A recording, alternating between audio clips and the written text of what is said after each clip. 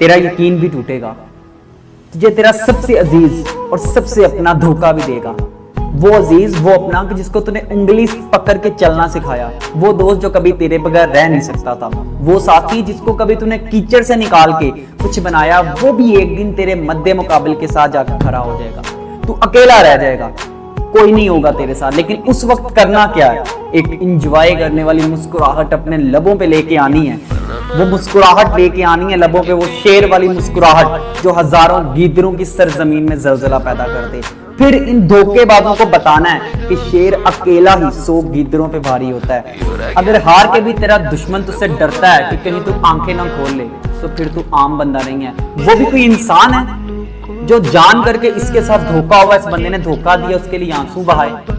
आग लगा दो ऐसे जज्बातों को जो तुझे किसी धोखेबाज के लिए रोने पे मजबूर करते हैं। किससे शिकायत कर रहा है? अगर तुझे सही बंदों की परख नहीं है तो ये तेरी गलती है। तू कामयाब नहीं है तो ये तेरी गलती है। तुझे को रास्ता नहीं नजर आ रहा है, ये भी तेरी गलती है। काशिफ अली अगर आज आप लोगों को सिखा सकता हूं ना, तो आपको रोते हुए शर्म आनी चाहिए। उठ जा, मार टकने किस्मत की दीवारों के साथ। कुदरत को वो देने पे मजबूर कर दे जो तू चाहता है। मर जा, मिट जा, लेकिन एक बात याद रखनी, किस्से नहीं, कहानियां नहीं, तारीख लिखी जानी।